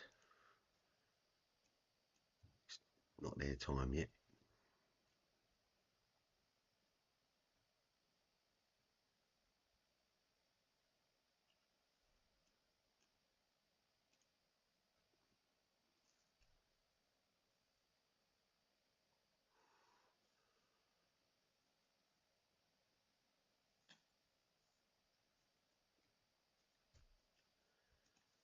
Six nice suited.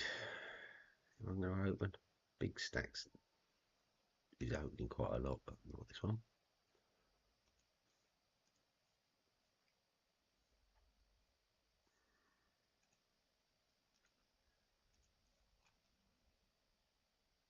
I've got a push from Darryl. Let me try and isolate with him. So that's 30 bigs this time. Feel like we're getting the 50 bigs along as well. We're going to stack off here. Stacking off a lot. No? Yeah.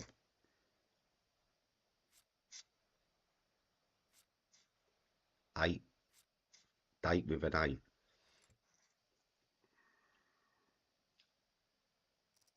It's annoying when there's 2 cards to come. You just want an 8. The 1 carder. Yeah, he pushed through a real mediocre hand there. I mean, yeah, king, queen off. Expected better.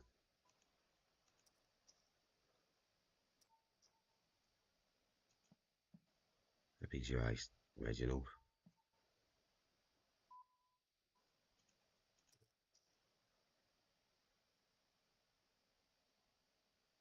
I'm not going to split plot unless you beat a fucking 5. Yeah.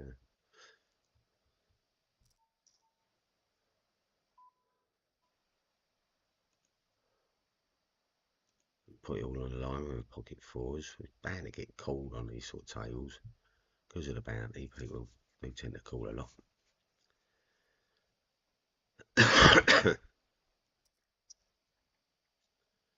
We're in gambling mode now, so we want to get them chips back. The whole ball's beating us. We don't have a bluff in us, really, do we?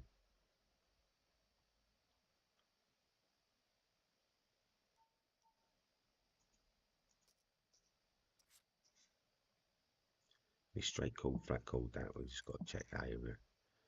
Check it over. Over paired to the balls, no bet. Worried about a 7. Shit, mate. Shit, why am I still here? Come watch your shit play. And watch how bad you played that.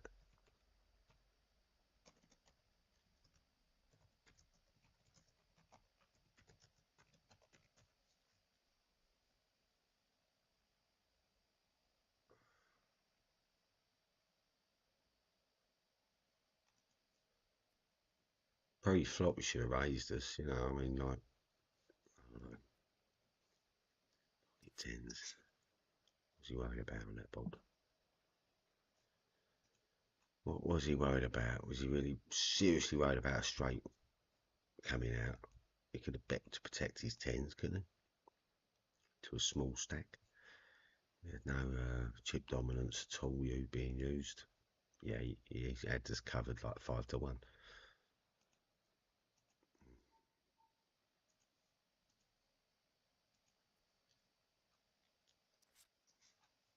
Now we're just going to have to sit out and wait again for a real boy's hand. Always fun.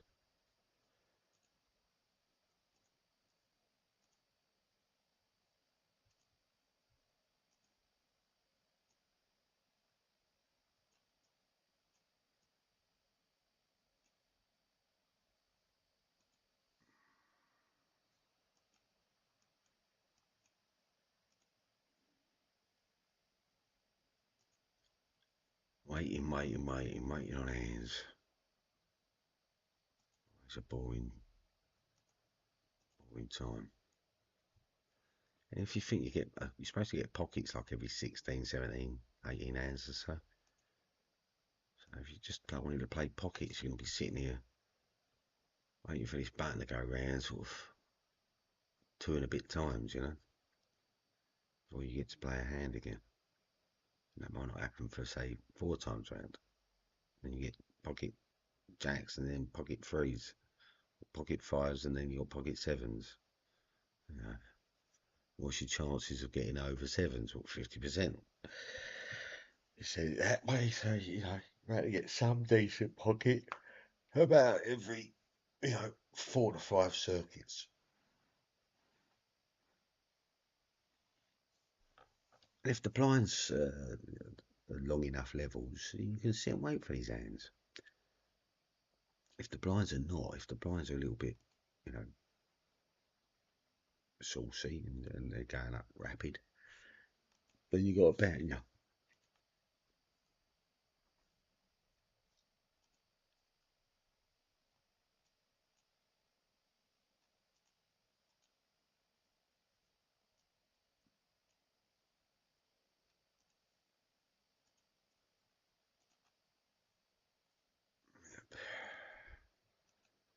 got a bet.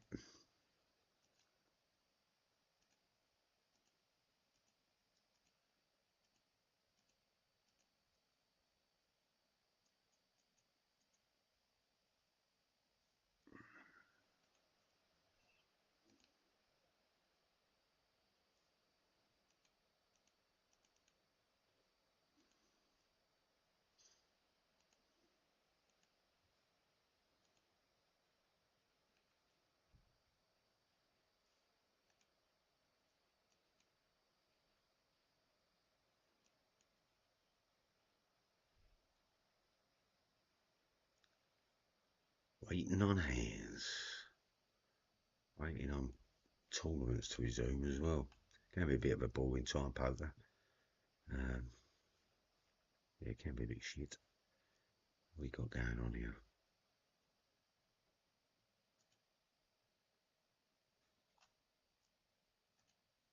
Maybe we've got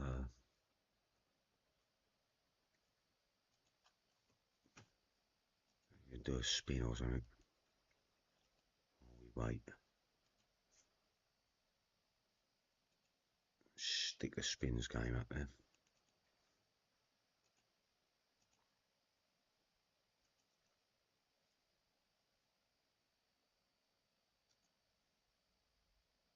Dears. Bacon. Cassie Mayer. You can see they're in red. They're our resident pool players. Playing round the clock. Feels like 24/7. I'd have to check the timings for these people, but they're on morning, noon, and night. I must admit. So we get Cassie Mayer all in, but he does tend to do that with King X. Same with Bacon. Shove with very, very weak hands. And I think it's just because they're getting a rake back, a massive rake. They don't give a shit whether they're fucking losing or winning. They're winning, don't they? Every game they play, they're getting a certain amount back. They've only got to win a certain amount of games and they're quitting, doing the positive. And that's the problem you're playing against these players, is whatever deal they're on. You know, they can just take this spin up. Doesn't matter. He knows what he's like. Yeah.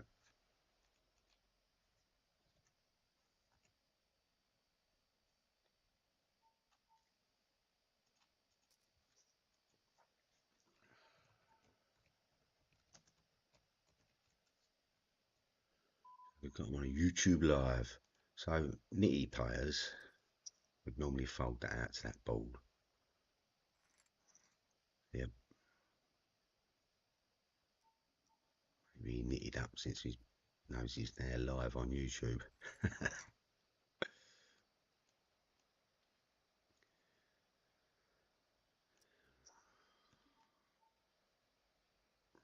We'll wait on the Queen 7 just yet, Bacon. He's doing that with any ace, any X, any king. Have that. There's no reason to get involved.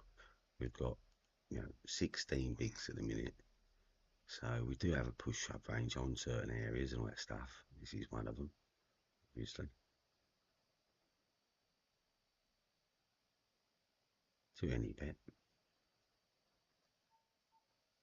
We can cover that. He's got 2 overs on us, but see how we run out. Looking strong at the moment. Yes. And that's just how Bacon does it. Queen 8. And he's hit his 60, he's hit the 16 big blind push shove range. So he's in that area. So could have him on like King 6 here, King 5, King 2, and he might spike it, like Queen 9 with dominated hand strength. Hit the king, hold for the king. Yes. And now we've got Casamaya. There's a mare to deal with. We're going to get a look from Casamaya. I don't like the raise on the blind. Oh, a quick check. We're just going to push that over again. And we're going to put it.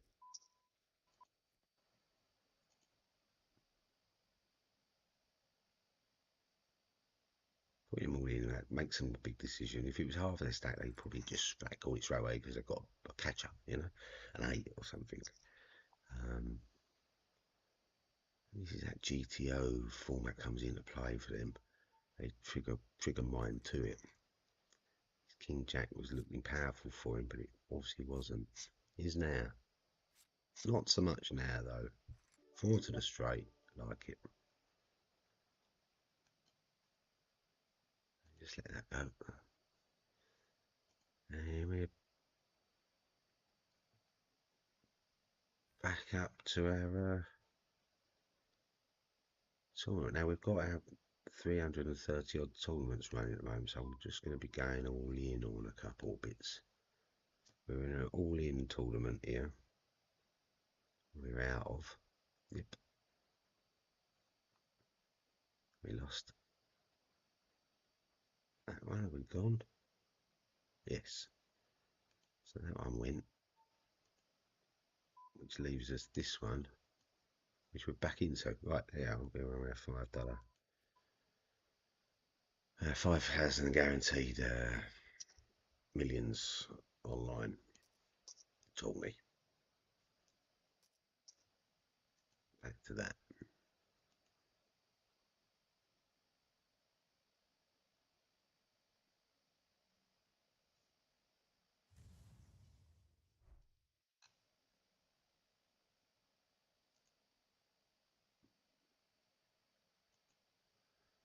So King 10 in City Man off position. We pot it. All in it. We can call a kickback from Michael.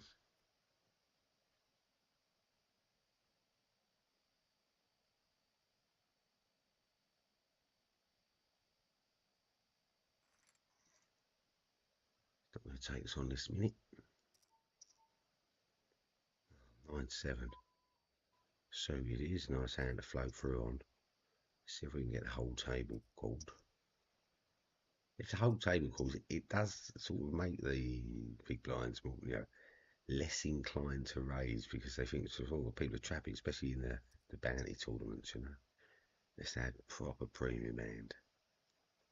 They do have showdown value with a 9/7 gap connector. But I don't know if I want to spin it up just yet. Okay. So now me flatting in's going to put all of them out of the table flatting in for valued. It's got it on a chip count. Oh, he's phase out.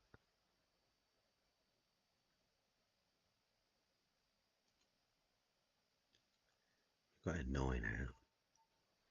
I think let's just go in. Let's just stab him in. Hope he ain't got an ace.